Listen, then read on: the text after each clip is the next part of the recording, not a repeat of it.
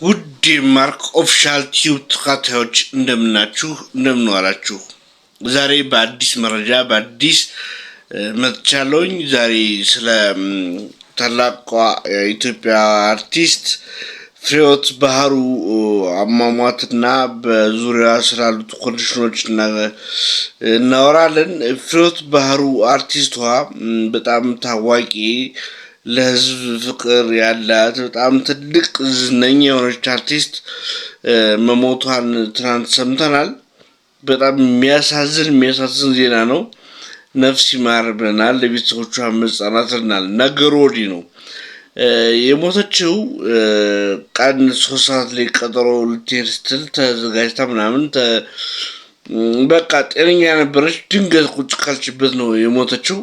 ሳያማት ምንም ሳትል አመመኝም በረደኝም ምንም ሳትል ነው የሞተችው። እንዳገኘነው መረጃ ከሆነ የአርቲስቷ ሞት በጣም ድንገተኛ ሞት ነው። በጣም የሚያሳዝን ሞት ነው። ምክንያቱም ከሞቷ ቀን በፊት ስታወራና ስትጫወት ዓመታንም ስታከብር ነበር ከቤተሰቦቿ ከጓደኞቿ ጋር እና አሟሟቷ በጣም ያሳዝናል። እኛም አዝናል።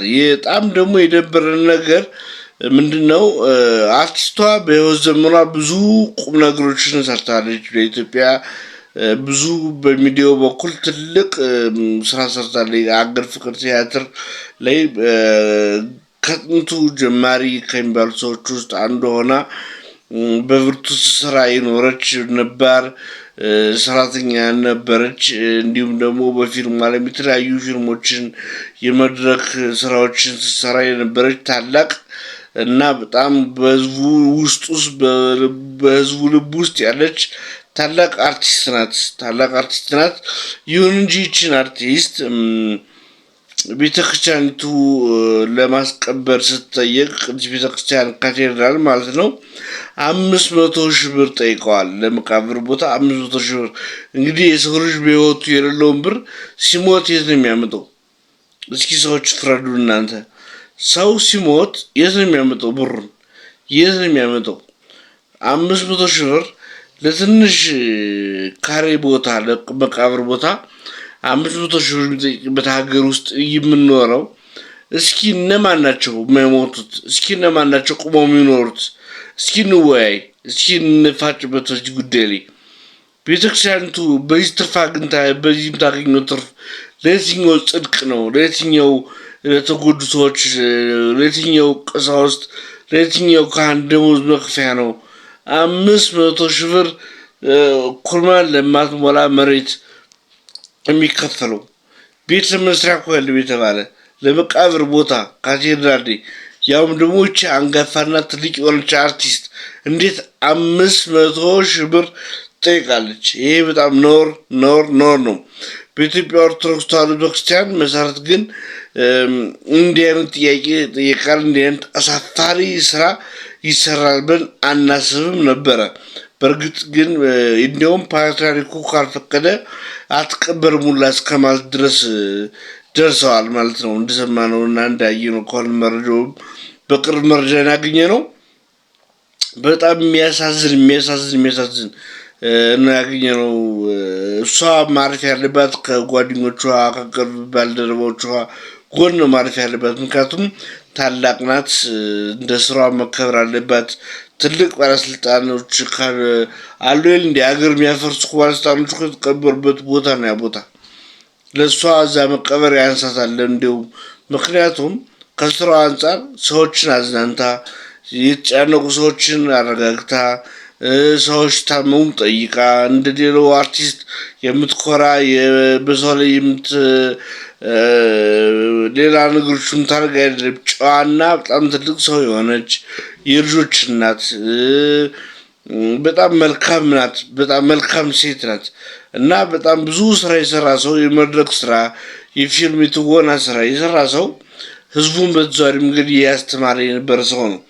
እንዴት 500,000 ብር ለመቃብር ቦታ ካቴድራል ለመቅበር ትጠየቃለች? ጥያቄያችን አሁን ሞቱ ሞት ነው። አሟሟቱ ያሳዝናል፣ በጣም ያሳዝናል። ልባችን ነክቶናል። በጣም አዝነናል። በጣም ነው ያዘንነው። በጣም ከልብ አዝነናል። ግን 500,000 ብር እንዴት ጠይቃለች? አዝነናል። በዚህ በጣም ፈጽሞ በጣም ያዘነው የኢትዮጵያ ቤተክርስቲያን ወይም ደግሞ ሲኖዶሱ ምን እየሰራ ነው? ቤተክርስቲያኒቱ ምን እየሰራች ነው? በሌላ በኩል እዘኑልን ትላላችሁ፣ በዚህ በኩል ደግሞ የሚያሳዝን የሚያስጠላ ስራ ትሰራላችሁ።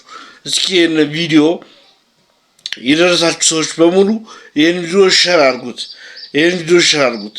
ደስ የማይል የሚያስጠላ ስራ ነው በኢትዮጵያ ኦርቶዶክስ ተዋሕዶ ቤተክርስቲያን አባቶች እየተሰራ ያለው። ይህንን ስራ በፍጹም ህዝበ ክርስቲያኑ ሊደግፈው አይገባም።